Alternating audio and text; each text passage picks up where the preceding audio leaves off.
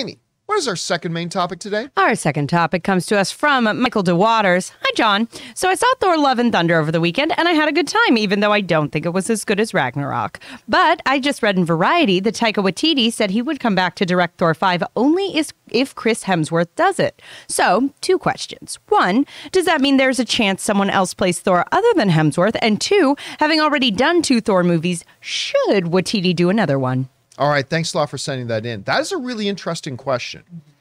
Because first of all, this all stems from an interview that Taika was doing, and he said some comments that does raise some questions. Actually, let's go over and take a look at that right now. This comes to us from the folks at Variety. In talking to Taika Waititi, and this is what he said, Thor Love and Thunder ends with a post-credit message that confirms that Thor will be back. But it remains to be seen whether that's a 5th standalone movie or an Avengers-style team-up movie.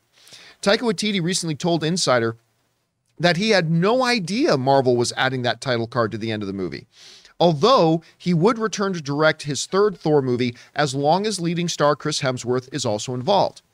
That was a surprise to me, too. I'm not joking, Waititi said of Marvel confirming Thor's future return.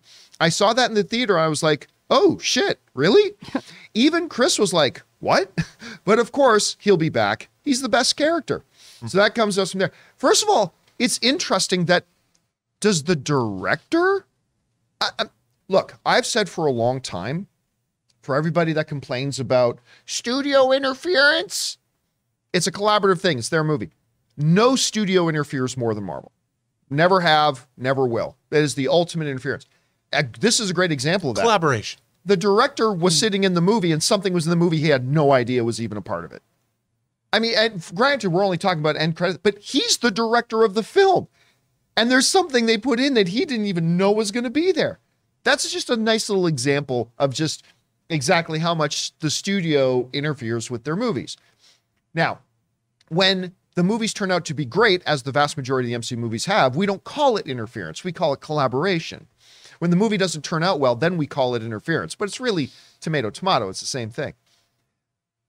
You're right. When he says, I will do Thor 5 if Chris Hemsworth is a part of it, you'd be forgiven if that raises your eyebrows. Wait, could there be a Thor 5 without Chris Hemsworth? I honestly, even though it does come out sounding like that a bit, I don't think that's what he was implying at all. No. Even Chris Hemsworth saying, wait, what? Like, I don't think that was implying anything at all. I think it's clear. Like Taika even said at the end of his comment, right? Of course, Chris is going to be back. He's the best character. He's going to be there. Of course he will be. Now, I have said for a long time that I think directors need to move off of franchises after they've done it for a bit. Like, I don't think it's a coincidence that the Sam Raimi's 3rd Spider-Man film was the weakest. I think you're just on one property for too long. I think it starts to sap your creativity. You need to do it the way Christopher Nolan does it. Do the franchise movie, go do another movie. Then come back and he does another Batman movie. Then he goes off and makes a different movie. Then he comes back and makes another Batman movie, right? Taika Waititi is kind of following that pattern. He's doing a Thor movie and he's going off and doing Next Goal Wins, or he's doing Jojo Rabbit, or he's doing, whatever. He's doing other projects. He's got a Star Wars project he's got up next. So, I mean, I am perfectly good because I love Ragnarok. I liked Love and Thunder. Only the 3rd best Thor movie to me, but still, I liked it. But I think I would also be okay if he didn't come back to do Thor 5. Now, if he wanted to course correct a bit, and, we talked about this, Rob, that Thor Love and Thunder was like 80% silly, 20% serious. I would have liked to see more of a 65-35 mix. If he wants to come back and do Thor 5 and bring it a little bit back more to the ratio that Ragnarok was, cool. But he's done 2. One of them is absolutely bloody fantastic. I'd be okay if another director came in and did a 5th one. So do I think he will? Yes. And here's why I think he will. Because I don't think Chris Hemsworth is going to do another one without Taika Waititi. I really don't. I think Chris Hemsworth has fallen back in love with this character because of Taika Waititi. I think he loves working with Taika Waititi. He gushes about Taika Waititi all the time. And honestly, unless Taika Waititi said to Hemsworth, dude, you got to do another Thor movie, but I got a few other things I want to do, but you should still absolutely do it. Maybe, but I have a feeling while I would be okay if Taika Waititi did not do 5 and instead focused on other new creative ventures. I have a feeling he will do it because I think Chris Hemsworth's going to want him to do it.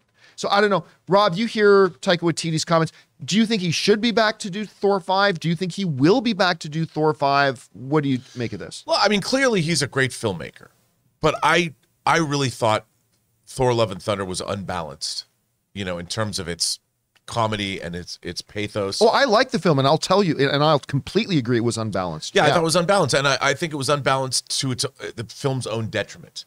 You know, you could have had everybody be in the same place, but they could have added a little bit more, you know, gravitas and pathos to all of it. But it's still, the comedy was effectively delivered, you know, and if he had an idea, I would like to see a sort of a fusion of the two. If he's going to come back and do it, I could see him doing it. It really depends on the box office, I think. If this film keeps performing, we'll have a better picture into the second weekend. If it makes a lot of money again, and it doesn't drop very far. But if over the course of the next 3 or 4 weeks, we see that it has a substantial drop-off, maybe he should move on. But I think Chris Hemsworth will absolutely be back. Amy, what do you think of this?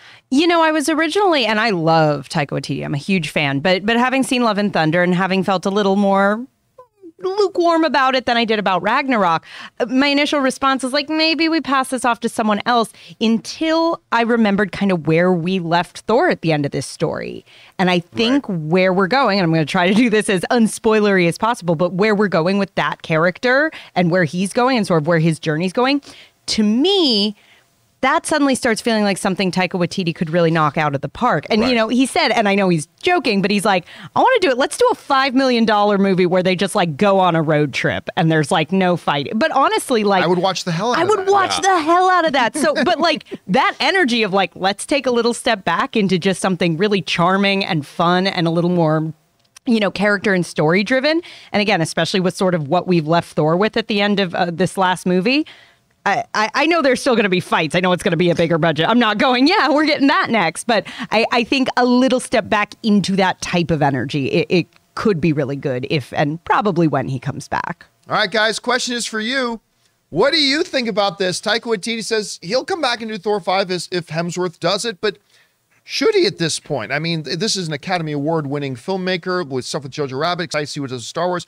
Maybe it's time for him to move on from the Thor project, or maybe there's no way Hemsworth does it if he does move on. I don't know. Whatever you guys think about this, jump down to the comment section below and let us know your thoughts. From cringing at the pump to getting an eye-popping check at your favorite restaurant, inflation is hitting us all where it hurts.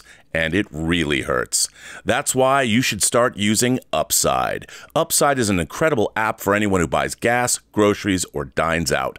With every purchase, you'll earn cash back thanks to Upside. Every time you leave the house, you can use Upside. The app is incredibly easy to use. It isn't too good to be true. You can use it yourself and see that it works. Upside is a no-brainer. What do you plan to do with all your cash back? To get started, download the free Upside app in the App Store or Google Play. Use our promo code CAMPEA and get $5 or more cash back on your first purchase of $10 or more. Next, claim an offer for whatever you're buying on Upside. Check in at the business, pay as usual with a credit card or debit card, and get paid. In comparison to credit card rewards or loyalty programs, you can earn 3 times more cash back with Upside. You can cash out anytime to your bank account, PayPal, or an e-gift card for Amazon and other brands. Upside users are earning more than $1 million every week. That's probably why they have a 4.8 star rating on the App Store. Download the free Upside app and use promo code CAMPEA to get $5 or more cash back on your first purchase of $10 or more. That's $5 or more cash back on your first purchase of $10 or more using the promo code CAMPEA.